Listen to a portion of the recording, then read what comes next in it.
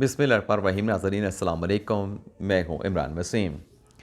नाज़रीन, इस प्रोग्राम में जो बड़ी ख़बर आपके साथ हम शेयर करेंगे वो ये है कि chief justice of Pakistan उमरता Bandial ने अदालत उज़्मा के तमाम जज साहबान को इस्लामाबाद बुला लिया है। और ये कहा जा रहा है कि अचानक से जो तमाम जजेस को प्रिंसिपल सीट इस्लामाबाद बुलाया गया है, इसका मतलब ये है, ये इस बात की जानिब इशारा करता है कि अदालत उज़्मा में कुछ बड़ा होने का इम्कान है। सुप्रीम कोर्ट ऑफ पाकिस्तान में तमाम जज साहबान को बुलाना कुछ बड़ा होने जा रहा है। तो ये जो इस किस्म की चहमगोइयाँ, इस किस्म की अफवाहें गर्दिश कर रही हैं, इसमें हकीकत क्या है? 5 चीज़ें बताई जा रही हैं, उसमें क्या मुमकिन हो सकता है और क्या नामुमकिन है, ये सारी चीज़ें आपके साथ हम शेयर करेंगे। और इसके अलावा हमारे वीलॉग की जो दीगर ख़बरें हैं, उनकी तफ़सीलात भी आपकी खिदमत में पेश करेंगे। लेकिन पहली ख़बर से गुफ्तगू का आगाज़ करेंगे, जो चीफ साहब की जानिब से तमाम जो सुप्रीम कोर्ट के 15 जज साहबान हैं, जिन्हें सुप्रीम कोर्ट ऑफ पाकिस्तान की प्रिंसिपल सीट पे बुलाया गया है, ये क्या मामला है, इस पर आप नाज़रीन के साथ डिटेल शेयर करेंगे। कल नाज़रीन जो एक सर्कुलर जारी किया गया जस्टिस काजी फ़ाइज़ की सरबराही में 3 रुकनी बेंच का, वो फ़ैसला जो कि 2-1 से तनासब से आया था, जिसमें कहा गया था कि आर्टिकल 184(3) के जितने मुकदमात हैं, उन पर फ़ौरी तौर पे जो कार्रवाइयाँ हैं, यानी जो प्रोसीडिंग है सुप्रीम कोर्ट में होती है, वो रोक दी जाए। और अनटिल अनलेस, जब तक जो रूल्स हैं वो नहीं बन जाते, तब तक आर्टिकल 184(3) के जो केसेस हैं, उनके ना बेंच बने, ना उन पर किसी किस्म की कार्रवाइयाँ की जाएँ। तो इस पे सुप्रीम कोर्ट के स्टार की जानिब से एक सर्कुलर जारी किया गया। उसमें चीफ जस्टिस का जिक्र किया गया कि उन्होंने ये ऑर्डर पास किया है कि जो जस्टिस काजी फ़ाइज़ का फ़ैसला है, उसका इस तमाम केसेस के ऊपर, जो कि आर्टिकल 184(3) के केसेस हैं, उस पर इतलाक़ नहीं होता। कहा गया कि सो मोटो 4/2022 सुप्रीम कोर्ट का अगस्त 2022 का एक फ़ैसला है। ये फ़ैसला जो है वो उस फ़ैसले की रोशनी में जो है वो काबिल अमल नहीं है, इम्प्लीमेंटेबल नहीं है। तो वो जो सर्कुलर जारी किया गया, उस सर्कुलर के हवाले से बहुत ज़्यादा बातें की गई कि जो सुप्रीम कोर्ट के रजिस्ट्रार हैं, वो अपने एक इंतज़ामी ऑर्डर से जो जुडिशल ऑर्डर है, उसको कैसे नलीफाई कर सकते हैं। उसके बाद नाज़ी ये मुख्तलिफ चहमगोइयाँ की जा रही हैं। और ये कहा जा रहा है कि जो 15 जज साहबान को बुलाया गया है, तो इसमें कहा जा रहा है कि कल हो सकता है या आइंदा आने वाले चंद दिनों में, पीर से आगे की बात कर रहे हैं, जब अदालती हफ्ते का आगाज़ होगा पीर के दिन से, तो कहा जा रहा है कि जस्टिस काजी फ़ाइज़ की जानिब से सुप्रीम कोर्ट के रजिस्ट्रार को कंटेम्प्ट का नोटिस जो है वो किया जा सकता है। जस्टिस बंदयाल साहब को भी नोटिस जारी करने की बात की जा रही है, chief justice of Pakistan उमरता Bandial साहब को। लेकिन मैं इस बात के साथ एग्री नहीं करता। उसकी वजह यह है कि माजी में ऐसी मिसालें मौजूद हैं कि जब 2007 में एमरजेंसी लगी थी, तो फिर सुप्रीम कोर्ट ने वो तमाम जजेस जिन्होंने PCO के तहत हल्फ उठाया, सुप्रीम कोर्ट के 7 रुकनी बेंच को ओबे नहीं किया, उन्हें कंटेम्प्ट के नोटिस जारी किए गए थे। अब्दुल हमीद डोगर ने अदालत में पेश होकर माफ़ी भी मांगी थी, लेकिन आज वो मामला कुछ और था। वहाँ पे जो इफ्तिखार चौधरी साहब थे, वो दोबारा से रिस्टोर होकर चीफ ऑफ पाकिस्तान बन चुके थे, उनके पास तमाम अख्तियार था, वो कंटेम्प्ट की प्रोसीडिंग कर सकते थे। यहाँ पर चीफ ऑफ पाकिस्तान उमरता बंदयाल साहब हैं। जस्टिस काजी फ़ाइज़ ने अभी हालिया जो ऑर्डर लिया है, जिसमें आर्टिकल 184(3) के मुकदमात पर कार्रवाई को रोक दिया गया है, उस हवाले से तो अब ये ऑब्जर्वेशन चीफ साहब ने रजिस्ट्रार के ज़रिए पास की है कि उसमें सो मोटो एक्शन लिया गया। तो सो मोटो लेने का अख्तियार चीफ जस्टिस का होता है, तो जस्टिस काजी फ़ाइज़ का जो फैसला है वो काबिल अमल नहीं है। तो ये लग नहीं रहा कि बेंच में बैठ के अगर रजिस्ट्रार को बुला के उन्हें कंटेम्प्ट का नोटिस जारी करें, ये मुझे पॉसिबल नज़र नहीं आ रहा, जिस फैसले को बार बार कोट कर रहे हैं। हालांकि वो फैसला जो जस्टिस काजी फ़ाइज़ का फैसला है, उससे मुख्तलिफ है, वो डिस्टिंग्विश एक फैक्ट के ऊपर है। लेकिन बहरहाल ये चीज़ पॉसिबल नज़र नहीं आ रही कि कंटेम्प्ट की प्रोसीडिंग जो है वो जस्टिस काजी फ़ाइज़ किसी के खिलाफ जो है वो शुरू कर सकते हैं, या रजिस्ट्रार के खिलाफ शुरू कर सकते हैं। दूसरी जो चीज़ मुझे नज़र आ रही है, वो ये कहा जा रहा है कि हो सकता है कि जो पॉसिबिलिटी भी है कि जो जज साहबान हैं, वो चीफ जस्टिस को ख़त लिखें कि एक जुडिशल ऑर्डर को सुप्रीम कोर्ट के इस्रार के ज़रिए आप कैसे नलीफाई कर सकते हैं। ये खतूत लिखने का इम्कान जो है वो गालिब नज़र आ रहा है। इसकी पॉसिबिलिटी जो है वो ज़्यादा नज़र आ रही है कि ऐसे खतूत माजी में भी लिखे गए हैं। सरदार तारिक साहब ने भी ख़त लिखा था, जस्टिस काजी फ़ाइज़ ने भी ख़त लिखा था, मंसूर अली शाह साहब भी ख़त लिखे हैं। तो हो सकता है कि अभी इस किस्म के खतूत जो है वो इस स्टार के सर्कुलर के ऊपर जो है चीफ पाकिस्तान को लिखे जाएँ। इसके अलावा जो तीसरी चीज़ बताई जा रही है, वो ये कहा जा रहा है कि हो सकता है, ये भी पॉसिबिलिटी है कि जो सुप्रीम कोर्ट के जजेज़ हैं,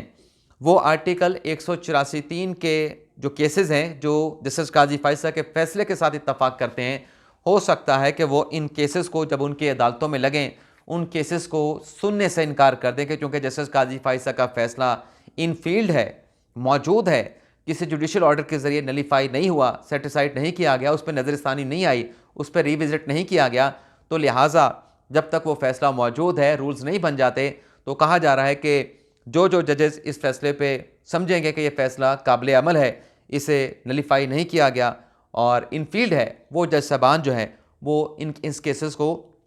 184(3) के केसेस को जो है वो सुनने से इनकार कर देंगे। लेकिन सबसे ज़्यादा जो पॉसिबिलिटी बताई जा रही है, जो कि सेकंड नंबर पे कही जा रही है, वो ये है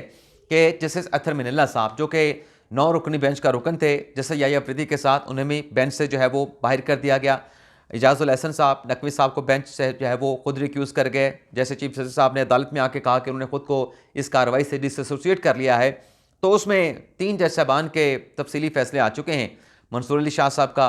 और जमाल खान मंदूखिल साहब का मुश्तरका नोट आया है, फैसला आया है। याहिया अफरीदी साहब ने अपना दे दिया है और याहिया अफरीदी साहब का जो मुख्तसर फैसला था उसके साथ अतर मिनल्ला साहब ने एग्री किया था। अब ये कहा जा रहा है कि चीफ जस्टिस हैं इस्लामाबाद हाई कोर्ट के साबिक अतर मिनल्ला साहब, वो भी अलग से अपना नोट तहरीर कर रहे हैं और उनके नोट आने के बाद ये कहा जा रहा है कि फिर ये फैसला जो है वो 4 दिन का ऑलरेडी जो है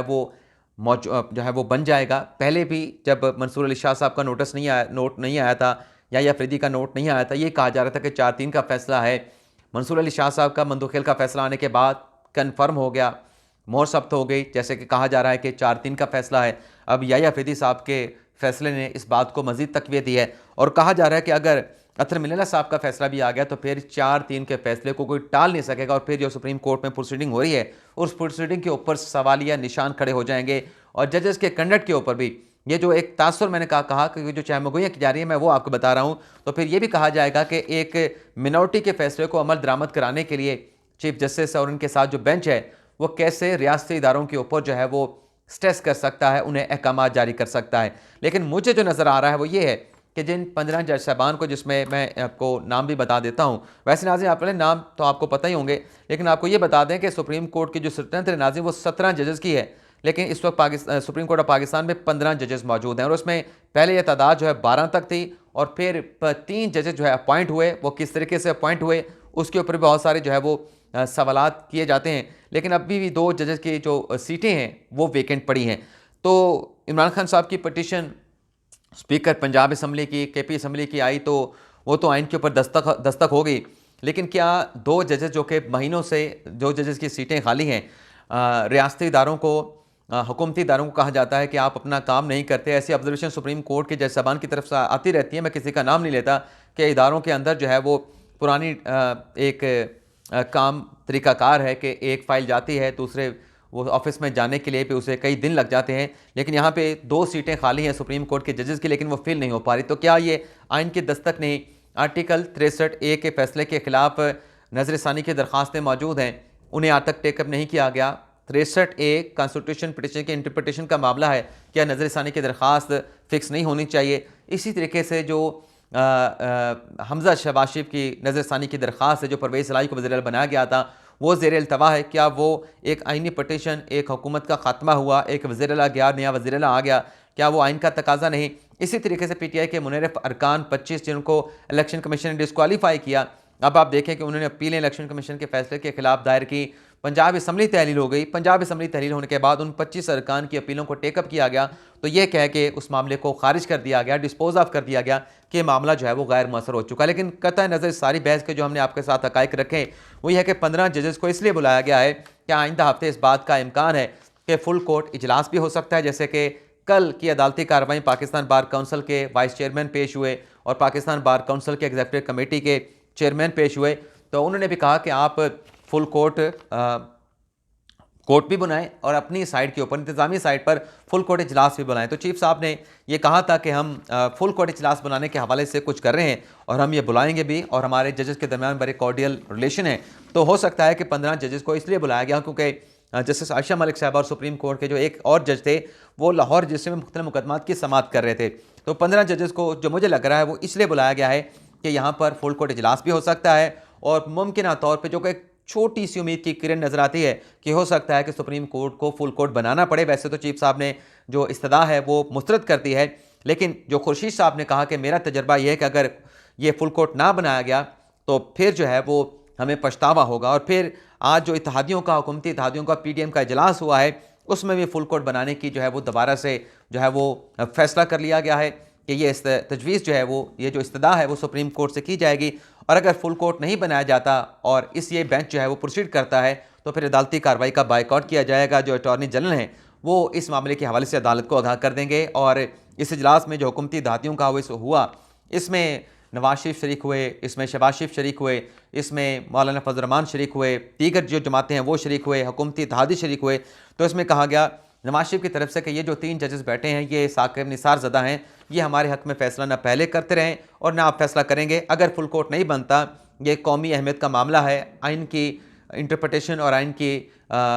उसकी अमल दरामद का मामला है, तो फुल कोर्ट बनना चाहिए। तो ये एक बड़ी डेवलपमेंट हुई है। लेकिन नाज़रीन, इसमें जो मैंने बताया कि लग ये रहा है कि फुल कोर्ट इजलास के लिए बुलाया गया है, फुल कोर्ट बनने के भी थोड़े से इम्कान हो सकते हैं इस हुकूमती इजलास के बाद। लेकिन ये जो अतर मिलल साहब नोट रखे हैं, ये भी कहा जा रहा है कि बड़ी अहम इसमें डेवलपमेंट सामने आ सकती है जब ये नोट सामने आएगा। इसके अलावा नाज़रीन, पैमरा जहाँ मुख्तलिफ नोटिफिकेशन जारी हुए कि इमरान खान साहब की जो तकरीरें हैं वो मीडिया पे ना दिखाई जाएँ, नेशनल मीडिया के ऊपर, जिस पर लाहौर हाई कोर्ट ने ऑर्डर भी किया था। लेकिन ताहाल उनके जो स्पीचेस हैं, जो स्टेटमेंट्स हैं, जो वीडियो लिंक के ज़रिए उनके बयान होते हैं, वो टीवी न्यूज़ चैनल के ऊपर नहीं दिखाए जा रहे। तो आज इमरान खान साहब ने अपने वकील के ज़रिए लाहौर हाई कोर्ट से रिजू कर लिया है और उसमें कहा जा रहा है कि पैमरा को फ़रीक बनाया गया है, मुतलका लोगों को फ़रीक बनाया गया है। और ये कहा जाएगा, जो कि दरख्वास्त में प्ली ली गई है, कि लाहौर हाई कोर्ट के हुक्म की कंटेम्प्ट की जा रही है, उस पर अमल दरामद नहीं किया जा रहा, तो लिहाजा मुतलका लोगों के खिलाफ जो है वो कानून की कार्रवाई की जाए। इसके अलावा नाज़रीन, सुप्रीम कोर्ट का जो प्रैक्टिस एंड प्रोसीजर बिल,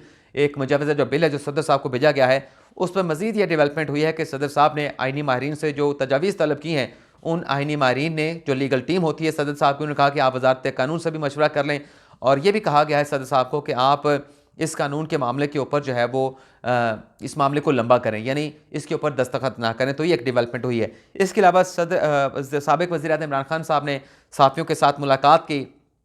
इसमें उन्होंने कहा कि 90 रोज़ के अंदर इलेक्शन ना हुए तो मुल्क में आइन नहीं होगा और हम सड़कों पे होंगे। तो खान साहब पहले भी सड़कों पे हैं, फिर पता नहीं कौन सी न जाने सड़कों पे आने का ऐलान कर रहे हैं। और फिर खान साहब ने कहा कि एस्टेब्लिशमेंट के साथ मुलाकातों कराने का या मामलात को हल करने का सदर अली भी कोई किरदार अदा नहीं कर रहे, लेकिन ये नहीं बताते कि माजी में क्या किरदार अदा किया, ये खान साहब ने नहीं बताया। लेकिन अभी भी सदर साहब, ये कैसे हो सकता है कि एस्टेब्लिशमेंट के साथ, आर्मी चीफ के साथ मुलाकात कराने के लिए सदर साहब कोई किरदार अदा ना कर रहे हो। असल में यह कि दूसरी साइड से जो है वो किसी किस्म का ग्रीन सिग्नल मिल नहीं रहा, तो दाल गल नहीं रही। और तीसरा, खान साहब ने कहा कि दीगर सियासी जमातों से रब्ता करने के लिए जो शाह महमूद कुरैशी हैं और परवेज़ इलाही साहब हैं, उन्हें जिम्मेदारी दे दी है और दीगर सियासी जमातों के साथ रब्ता करने के लिए हमने अपनी पार्टी के किसी बंदे के ऊपर किसी किस्म की पाबंदी नहीं लगा रखी। खान साहब ने कहा कि मेरे घर के ऊपर हमला हुआ है, इस पर मैं दरख्वास्त दायर करने जा रहा हूँ। अब जो दिलचस्प बात खान साहब ने की कि जनरल बाजवा जो है वो भारत के साथ दोस्ती करना चाहते, तो इस वजह से भारत के साथ मेरे जो ताल्लुकात हैं वो ख़राब हुए। अब दोस्ती की बात 2021-2022 में सामने आई थी, तो तब तक तो